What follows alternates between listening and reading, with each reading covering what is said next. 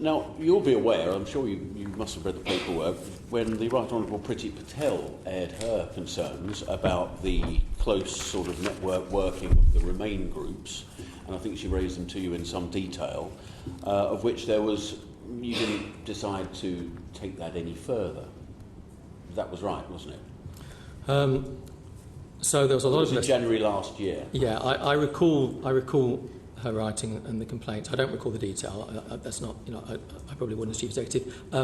I recall there was, I think some of those strands we did investigate, and maybe found a finding one to the breach of the rules. I think I recall. Right, so in that example, you had a Privy Councillor raise concerns to you in some detail, and yet you then went and pursued a 22-year-old, of which we had that court case last week in the county court in the city. Who gave you the advice that this was worth pursuing? It must be someone very senior, and I would have thought it would be in one of your offices. So, you're referring to Mr. Grimes' Mr. Grimes, case. Yes. We made findings of offences against Vote Leave which were related to common play and working together over spending the limit, which Mr. Grimes was part of, though he didn't personally commit an offence. And as you correctly allude to, we also took the view that the way Mr. Grimes registered or didn't register created some offences.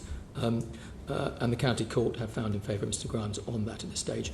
I should be clear, those proceedings are not complete. We are waiting for the judge's written judgment. Everyone will want to read that carefully, understand what he said.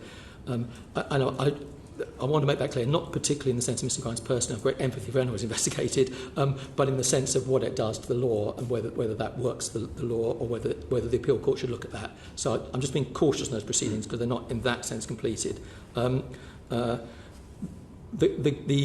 Vote Leave findings, the offences, and Mr. Grimes were one thing as such. Vote Leave, as has been said, for their own reasons, whatever, withdrew their appeal and paid their fines, which is about the overspending breaches. So these were the things, as it were, left over with, if I can put it that way, it sounds like we're putting it, with Mr. Grimes, which is what the county court case was about. But we're waiting to read the judgment. What did that cost you? Because, I mean, you have a budget of about £16 million a year as an organisation. I mean, there's straws in the wind. It might have cost £500,000, which is quite a lump of your annual budget just to pursue a 22-year-old. It seemed a bizarre amount of money. Will you perhaps put an end to the taxpayers' suffering and say you won't be appealing that this afternoon? No, it's very important for regulated bodies. I mean, whether you win or lose a case, it's very important you look at the judgment carefully and think of the implications. That's in the public interest, in the voters' interest. This is in the court system. There are court judgments, and we all know it. Sometimes a higher court says no, a lower court got it wrong.